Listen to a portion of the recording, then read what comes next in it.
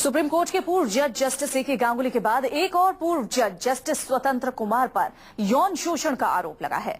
एक अंग्रेजी अखबार इंडियन एक्सप्रेस के मुताबिक West Bengal National University of Judicial Sciences Kolkata की स्टूडेंट और जस्टिस स्वतंत्र कुमार के दफ्तर में मई 2011 में इंटर्नशिप करने वाली लॉ इंटर्न ने आरोप लगाया है कि जस्टिस कुमार ने इंटर्नशिप के दौरान उसका यौन शोषण किया है।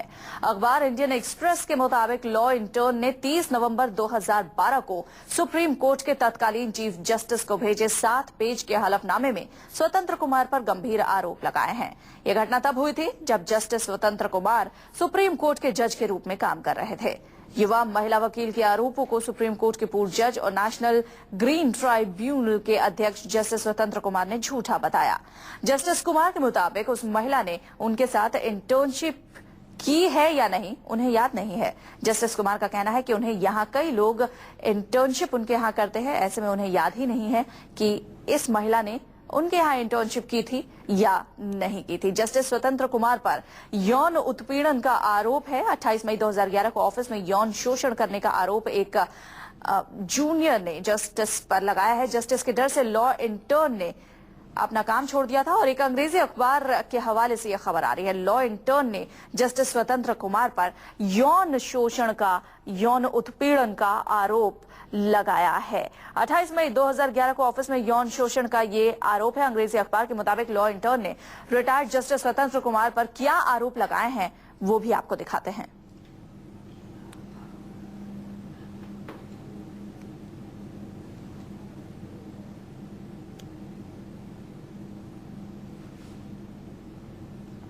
इंटर्नशिप के शुरुआती दिनों में जस्टिस स्वतंत्र कुमार से मेरी बातचीत बहुत सीमित रहती थी। वो कभी कभी मुझे और मेरी साथी इंटर्न को फोन कर काम के सिलसिले में अपडेट लेते थे। पर एक बार हम ऑफिस रूम से निकल ही रहे थे, जस्टिस एस कुमार मेरे पीछे थे।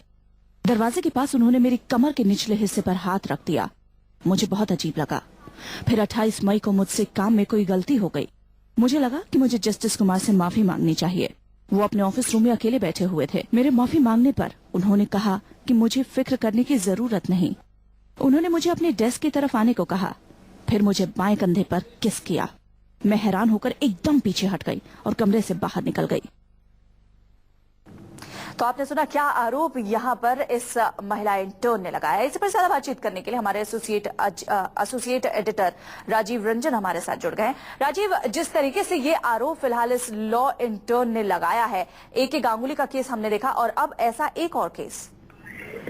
बिल्कुल, ये दूसरा केस है। देश की सर्वोच्च अदालत के न्यायाधीश के खिलाफ एक इंटर्न ने आरोप लगाया इस तरह का। और सबसे इसमें हैरानी वाली या आश्चर्य की बात यह है कि लगातार इस तरह से ये दूसरा मामला आया जब लॉ इंटर्न ने ही सुप्रीम कोर्ट के सिटिंग जज पर इस तरह का आरोप लगाया। और मैं आपको बता दूं, जो 6 पेज का एफिडेविट इन्होंने मुख्य न्यायाधीश सुप्रीम कोर्ट को भेजा है, उसमें ये इस बात का उसने जिक्र किया है सीधे सीधे लॉ इंटर्न ने कि उसको अभी उसे जब पता चला कि जस्टिस गांगुली के केस में लॉ इंटर्न ने आरोप लगाया, उस पर सुप्रीम कोर्ट ने 3 जजेस की कमेटी बनाई है, 3 मेंबर कमेटी बनाई है, उसके बाद ही उसको साहस हुआ कि इस मामले को भी वो सामने ले आए। इसका मतलब साफ दिखाई देता है कि जिस पहली लॉ इंटर्न ने जस्टिस गांगुली के खिलाफ आरोप लगाया और जिसकी वजह से पश्चिम बंगाल ह्यूमन राइट्स कमीशन के पद से उनको हाथ धोना पड़ा उनके खिलाफ, जिस तरह से, तो उसी तरह से उसी घटना ने इस इंटर्न को यह साहस दिया कि वो भी सामने आए।